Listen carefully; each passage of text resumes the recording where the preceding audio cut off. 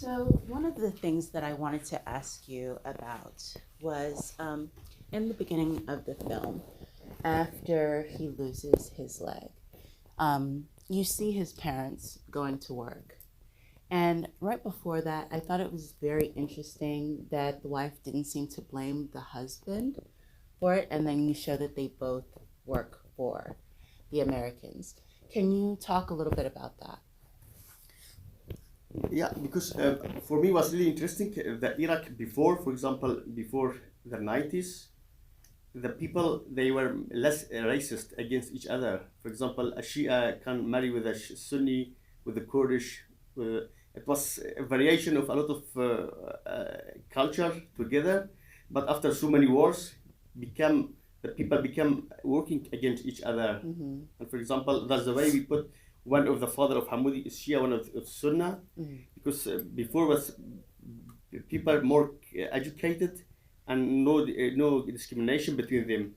And but for us was also really important to tell that people are educated, but because of the thing or the problems there, they have no job.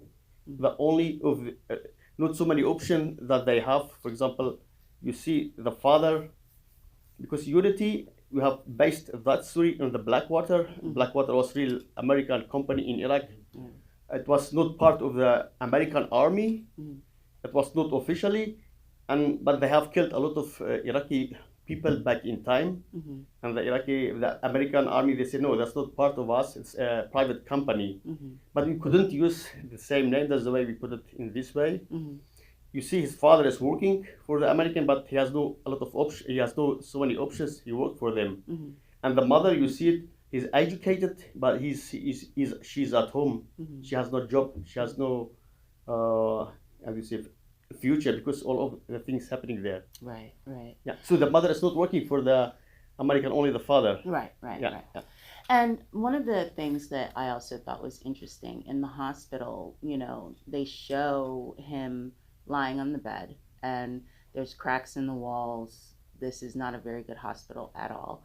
And I was thinking, he's working for Americans. This is obviously a better paying job as a translator. Why is it that he still doesn't have additional resources? Can you talk a bit about that and how that was in real life and also in the movie?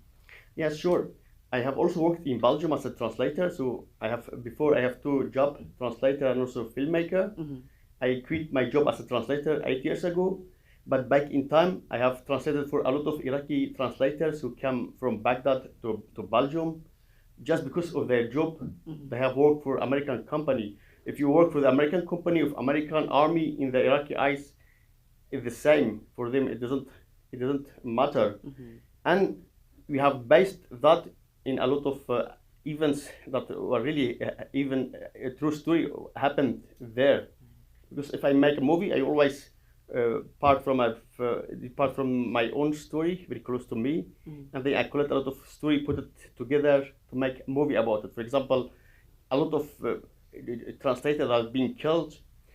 For example, what we have seen in the with the company, American company, they leave him alone with his son, don't help him. Maybe if you don't see the pictures in Afghanistan, how they left a lot of translators there without helping them, maybe you will say, oh, that's not believable what we see in your movie. But I think what we, for example, what we have seen in Afghanistan and also in Syria, a lot of people who work for them, they have been abandoned there. I didn't help them. That's the way we put it in this way. For example, if I speak about a little bit about politics, I am from Iraqi Kurdistan. For me, we Kurdish people, we look America as our raider, savior, because they help us to liberate Iraqi Kurdistan. But if you go to Iraq itself, for example, it's totally different. Not the way they look to American company of army. In their eyes, yeah, they are not liberated. They are invaders for them. But for us in the north, it's totally different story. Because this movie taking place in Baghdad, Baghdad they speak Arabic. We should respect also the reality there. Right. Okay. And now I wanted to know if you could also talk a bit about that. So, from your perspective, you see it as they liberated them in Iraq. They don't necessarily see that. Here in the States, a lot of times it's kind of portrayed that way, like the people that worked as translators are like family, or, they're a part of the team. And so, can you talk a bit about that? About, I don't want to say like propaganda either way, but can you talk about, I guess, the perceptions from the American side and from the Iraqi side and the Kurdish side, and just doing this in the movie? Yeah, like I told you, so in Iraq we have three parts: Kurdish, Sunni, and Shia. Mm-hmm. For Kurdish people, I think 90% of them were fans of the American army because they liberated us. And if you go a little bit further to the Sunni area, Mm-hmm. Saddam was also Sunni. For them, America, they destroyed Iraq in their eyes because Mosul and Anbar have been destroyed by all the wars. Mm-hmm. And if you go a little bit further, for example, in Shia region, is 50%. 50% they think like the Kurdish people, and 50% opposite like Sunni, Mm-hmm. because for them also, America, when they come to Iraq, they have destroyed a lot of things. Mm-hmm. So it really depends on the area and the people which people you talk to. Okay. Yeah. Okay. And now, can you also talk a bit about the actors in the movie? Especially working with children, he did such a fantastic job. Yeah. And I wanted to know if you could talk a bit about that, like working with him and with the other actors with the roles in the Yeah. movie. So before I have made a lot of short films with the kids as a main actor. I have a lot of experience with the kids. But for me, to be honest, Hamoudi Ali in this movie, for me was the biggest gift in my life ever. Because in the beginning we thought we should find somebody who with 5 conditions, his age between 9 and 11, with one leg, speak Arabic, can play football, can act. It's so difficult. And we got a lot of candidates. Some of them very old, some of them young, some of them not good, some of them do not much fit with our profile. I was in Baghdad. We have back in time. We have selected 3 kids for the shortlist to select one of them. And suddenly I was in Baghdad doing the casting. Our Iraqi co-producer, he has sent me a picture of Hamoudi. He lives back in time in Anbar, so 90 kilometers in the west of Baghdad. I really like it. I said, wow, it's really worth to go there. And 3-4 years ago, it was not safe to go that area, because the area was controlled by ES. It was difficult, but I thought it's really worth to go there. We went there. I said, wow, it's really nice. It's very good. And I said to my producer, to my casting agency, all of them also like it.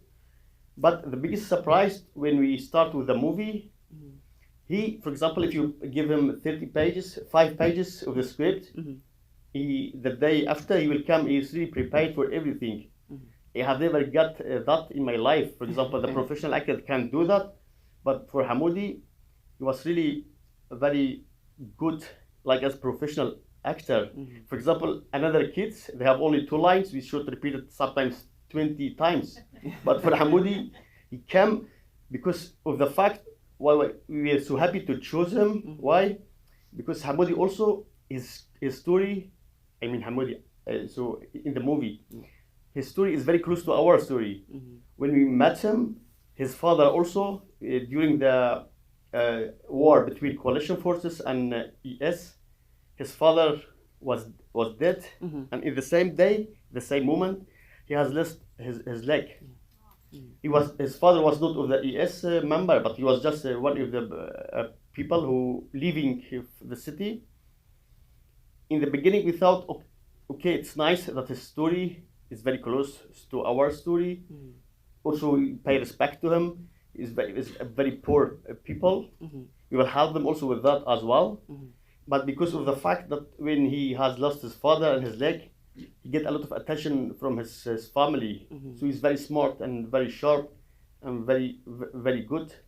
And also he is a very good storyteller. For example, he was telling me a story. He like people who knows how they going to tell a story. For example, to think about everything, about the structure of the story, about the character. I think in the future he can be a good writer of maybe director. Well, maybe both actor, writer, Yeah. director. It's all hyphenated now. Yeah. So another thing that I wanted to ask you is about the production. You shot on location, and especially given the area and things that have happened there. How was that, and how did you go about getting permissions and things like that? Yeah, thank you for the question because you wasn't here in the Oh. production. I told some little bit about that. For me, it was really important to shoot the movie in Iraq, the entire movie. For example, we got a lot of suggestion to shoot the movie in Turkey, or in Jordan, of Morocco. But I was lucky with my producer. They also agree with me. No, you make it authentic and original. We shoot the entire movie in Iraq. It was co-production between Iraq, Belgium, and Netherlands. So we shot entire movie there. Not everything in Baghdad, but well in Iraq, in the Kurdistan region and in Mosul. And some of these moments well in Baghdad. But I think that was really worth it. If you make a movie in Iraq, it's really difficult because sometimes you simple problem it become huge problem. But sometimes it's the opposite. For example, that cheating scene with the car in the city of Erbil. My producer, Belgian producer, he told me, I was surprised that we can done it in Erbil. We have blocked 18th Street during 5 days. He told me if you do that scene in Brussels, it costs you maybe €500,000. But in Kurdistan, no, somebody calls somebody and then you can't do it. Otherwise, sometimes a huge problem, then you get very easily solved, and sometimes it's the opposite. For example, you have small problem and they don't get it, they don't understand it. But I don't regret that we have done it there. So for me, it was really interesting to do it. Nice. And it was also very hot in the summer, 42 degrees, with the kids. Uh-huh. A lot of difficult scenes and moments. But that's always movie making. You have a lot of problem, but after that, you forget everything. You focus only on what you have done it. Yeah, and I thought that it was very authentic. Obviously, that was one of the things that I felt was really like from the very beginning. You see like how life is just kind of normal, like in terms of what people are doing. Like there's the one scene in the beginning where you see kind of the burnt out cars and the debris, and then there's just someone riding a bike, So a lot of times we think of places like this as just, everyone's kind of hiding or, screaming, like that normal life is not happening. And I think that you showed very well in this movie how people try to have their lives amongst all of this going on. I don't want to give spoilers, so I'm just going to ask towards the end of the movie. I thought that this scene was very touching. I think you know which scene I'm talking about. Everyone's seen it. Yeah, everyone's seen it. It's if you just see it the next time, I'm also recording, so it's gonna go online. Okay. But so I'll cut this part out. But with the father at the end when he's dying, and you have this moment between them where they're talking about Messi and they're going through everything with the goals and all of that stuff. How long did it take to shoot that? And also, did you ever think to do it in a different way, that maybe he survived or anything like that? Was there any sort of debate about that? Yeah. First of all, so for me was to tell a story. It has in the beginning, and still for me, it has nothing to do with Barcelona, of Real Madrid, of Messi, of Ronaldo, because I didn't want to make promotion for them. We have wrote the script, for example, in the beginning. It was FC Baghdad. It was Messi, Barcelona, nothing in it. But for us, was important to the final in 2009 between Barcelona and Manchester United. For us, was why that year, because it was almost the end of the sectarian violence in Iraq. Okay, we will select that year. It was 2009 between them, and for us was really important to say, okay, which Baghdad and which player, and we have tried everything, and then we thought Messi, because everybody know Messi, and also Messi. it matched with the title. Mm-hmm. And for that scene, yeah, for us, one of the difficult scene when his father was dying, because we were thinking in the beginning. Also, we knew about that, Mm-hmm. and we have Iraqi coach for Hamoudi and also Belgian with us to help him, Mm-hmm. because a kid at 12 years old with a difficult scene, it's not easy for him. Mm-hmm. And his father also was dead almost in the same way. Mm-hmm. He saw that, Yeah. and we knew it. That scene is going to be very difficult for tough. It was also it was a heavy day for him. Mm-hmm. But we tried to be a little bit. We gave him a little bit of time to improvisation, Mm-hmm. and I think most of the time, if you give him more time for improvisation, Mm-hmm. it was most of the time also better. Mm-hmm. And for the end, you have also, I think it was also one of the questions. We have in the end three options to finish the movie. Mm-hmm. For example, we have shot when he came home with his father. Mm-hmm. I mean, without his father, and with his prothèse. Mm-hmm. Yes. And then you see the next scene. He's playing with him as a coach, give him instruction to play, and also another scene. He's selling vegetable in the state of place of his father. Yeah. But in the editing, we have seen that this one is the best way to end the movie, because for the rest, you will think yourself about it. What Hamoud is going to do. Yeah. Is he going to replace his father? Is he doing to play football again? Or what is going to be his decision? Mm-hmm. Yeah, I thought it was very interesting, and I thought the way that he delayed telling his mother about it was also very heavy. Something, for a child to have to be the one to deliver something like that, and kind of deal with that. Can you also talk a bit about the relationship between his parents? You mean in the movie, yeah? Yes. Yeah. Yeah. For example, his mother, she didn't want him to play football anymore, because she didn't understand the way his father is doing. Because his father, in his background, he was also a player, Yep. and he knew what gives him football playing, Mm-hmm. of sport playing. For example, that's the story about escapism, how people they run away from the reality to things about another things to make them feel less pain in their life. Yeah. And his father, he understands it and he gets it. That's the way he's doing everything to make him happy is in his life. Mm-hmm. So he do everything that his son is going to play again, because he knows the power of that magic Yeah. for him. And for his mother, yeah. For example, a lot of people, they told me, I really liked the way when he told his mother, my father is dead. Mm-hmm. Most of the time, the Iraqi women, they hit themselves and they cry and they scream. She didn't done it. Mm-hmm. And I think she's also powerful. She, at that moment, she got the message. Okay, what can we do? So he's dead. He cannot change that in 10 minutes. That's the way he let him, okay, go watch football and give me some time. Yeah. Yeah. I thought that was very interesting. Are we?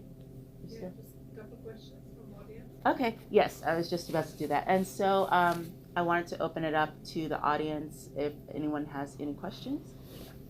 Messi and Ronaldo, did they see the film? Yeah. So I was very happy also for the kid, for Hamoudi, and that he was being brought to Paris. He was met Messi personally. I was happy with that, because when we trying to convince him to take part in the movie, he said, "No, I am fan of Ronaldo. I am not playing. I am not playing in the movie." And we told him, okay, you can be fan of Ronaldo, but that's movie, just the movie. It was very funny when they have met a lot of interview with him. He said, I am so happy that I have met my idol Messi.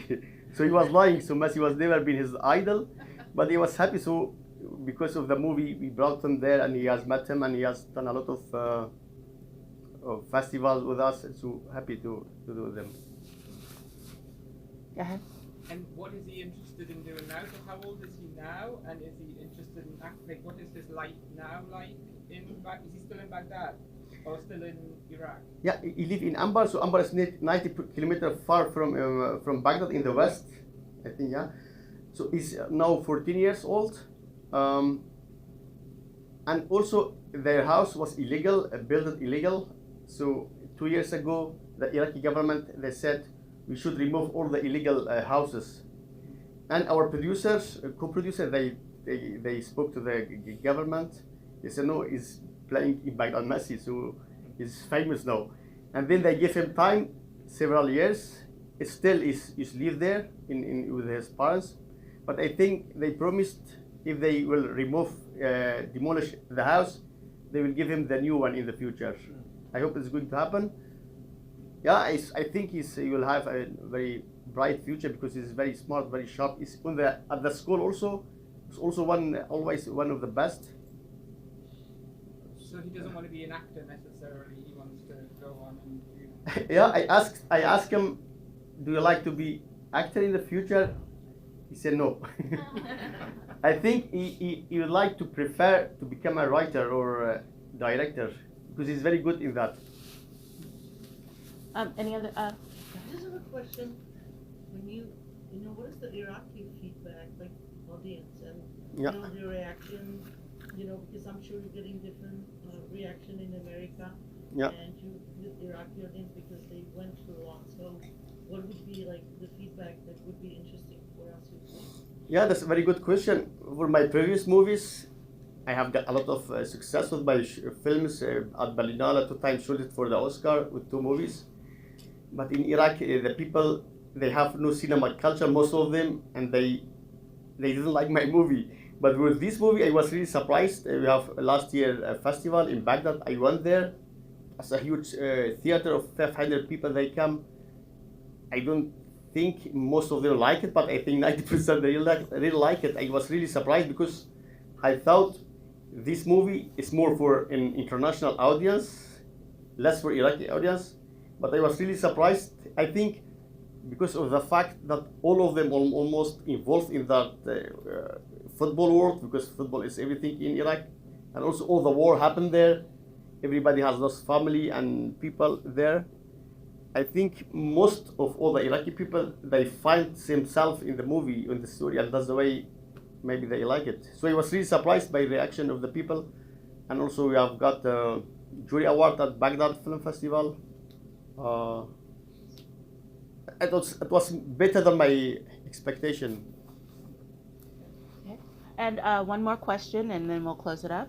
Now, what stood out for me was the fact that people keep asking, are you Sunni, are you Shia, are you Sunni, are you Shia? It's the whole What's the religious question? thing that creates such a drama in the picture and in the world. I mean, it seems to be the thing that's going on all over now. And Can you translate the question? Yeah. Translate. Okay. I think she's basically asking. There's so much conflict between whether someone's Sunni, Shia, and all of these different things. And so for you, how was it including that in the movie, and how does that feel just in general? Yeah, for us was very challenging because, even for me, for example, Jean-Luc Godard, the very famous French director, he said 60 years ago, I don't like to make a movie about a Middle East problematic because it's very complex. And now we are 60 years later, it's more complex than that. And that's the way we didn't make it so difficult in the script. In the beginning, it was too much about that. But then we have changed that because we thought it's just important to give people the impression there are 2 groups working against each other. But we didn't pay a lot of attention to that. Okay, who is Shia, who is Sunni, why, that. That's the way we have made it very simple. Just you have the feeling 2 Iraqi group against each other. To make it simple that the people will get it. It's not important if you go in detail. For For example, who are these people, or why the violence was started, or what's result. So that's the way we have made it so Yeah. simplistic way. All right. Well, thank you, and that's the end of the panel. Thank you very much. I wanted to surprise him today with the three winners winning. I'm the director of ARPA International Film Festival.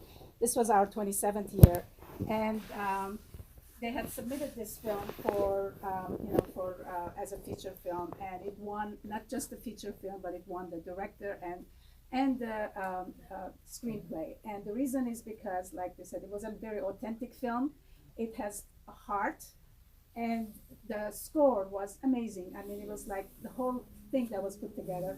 The jury members were so taken with this film that they wanted to give all 3 awards to Sahim for this. So it's the best director, best screenplay, and the best feature film. Thank you very much. And congratulations. We wish you best of luck. Thank you. Thank you very much. That's amazing. Thank you very much.